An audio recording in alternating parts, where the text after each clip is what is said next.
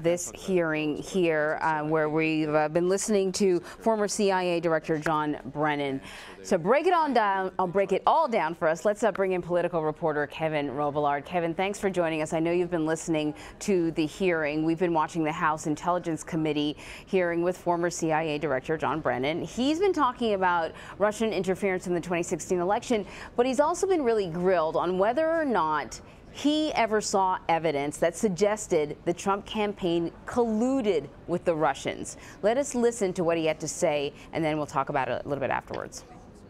I encountered and am aware of information and intelligence that revealed contacts and interactions between Russian officials and U.S. persons involved in the Trump campaign that I was concerned about because of known Russian efforts to suborn such individuals, and it raised questions in my mind, again, whether or not the Russians were able to gain the cooperation of those individuals. I don't know whether or not such collusion, that's your term, such collusion existed. I don't know.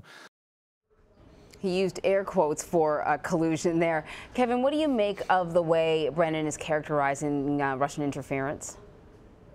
I think Brennan is clearly saying a lot of what we've sort of been established from prior reporting, that there were certainly contacts between Trump campaign officials and Russian officials, but the actual substance of those contacts still seems to be a little bit of a mystery.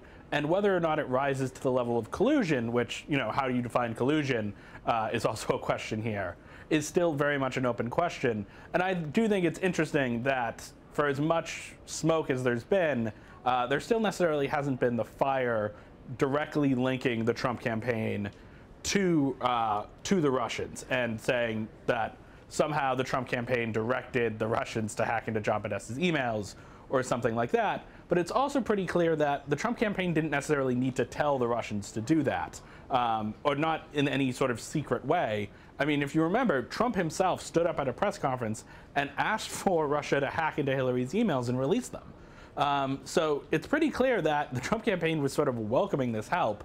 Trump constantly talked about WikiLeaks on the trail. So there is this question of collusion, but there's also a question of, you know, did they really need to collude in private if this was all being done out in public? Yeah, indeed. And one of the things that John Brennan said that he would not do was actually name any names, say which members of the Trump team may have been in contact with Russians. But also, while all of this is happening, right, the Director of National Intelligence, Dan Coats, is also testifying. He's testifying in front of the Senate.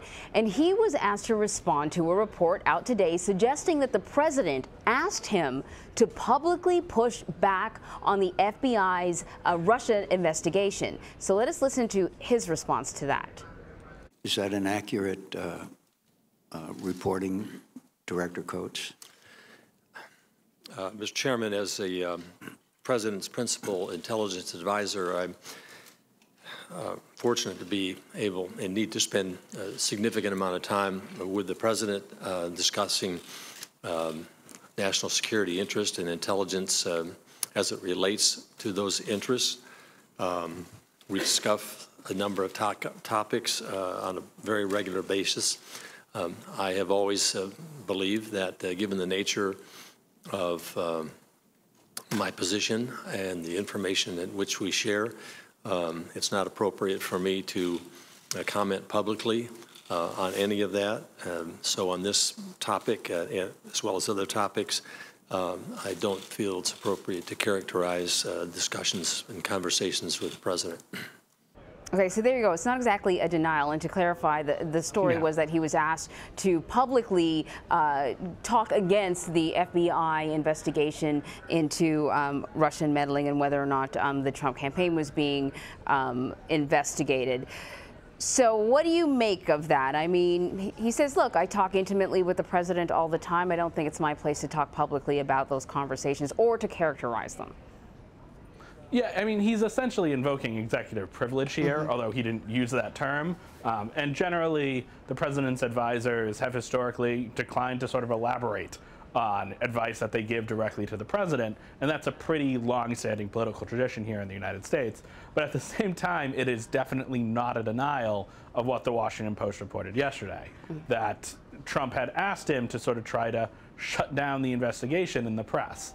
And you know, that is a very serious accusation, and it's one that you'll notice Coates made really no effort to actually deny it. Right. Yeah, it's very true, and we know now from the Washington Post that there are notes, there's some sort of documentation that these conversations happened. Okay, so while all that is going on, there's something else happening. The House Speaker, Paul Ryan, he's weighing in on something perhaps not quite as sexy, but it's the president's budget proposal. This is sort of a more robust budget proposal than what the blueprint that we had seen before. It was sent to Congress this morning, and he was asked if the budget was dead on arrival, as some lawmakers have said. So let's listen to what he had to say about that. I don't think I've served in Congress ever where somebody didn't say that about a president's budget. Look, this is how the rhetoric typically happens. Here's what I'm happy about. We finally have a president who's willing to actually even balance the budget. The last president never proposed, let alone tried to balance the budget. So we have a president that is giving us an actual balanced budget plan. It's a plan to produce economic growth. Clearly, Congress will take that budget and then work on our own budget, which is the case every single year. But at least we now have common objectives. Grow the economy, balance the budget. So we are now on that common ground, and we will have a great debate about the details on how to achieve those goals. Okay, so the Speaker says, listen, I've heard this rhetoric before. They always say it's dead on arrival. Okay, then what comes next with this budget? Are we going to see any movement? What do you think? I mean, this budget is dead on arrival. As much as Paul Ryan can't say that, because he can't say that about the budget of a sitting president of his party, that is the reality. But he's also right that that's true of basically any budget any president has proposed in recent years. These budgets are very aspirational documents, you could say. They're sort of a chance for the president and his administration to say, if we could lay out the United States government any way we wanted, this is how we would do it. And so that's what this budget does. And, you know, I think, but a lot of the cuts included in this budget are too steep even for Republicans. This budget really reflects the influence of Mick Mulvaney, the very conservative South Carolina congressman who became OMB director under Trump. And really, it has some very harsh cuts to Medicaid, to Medicare.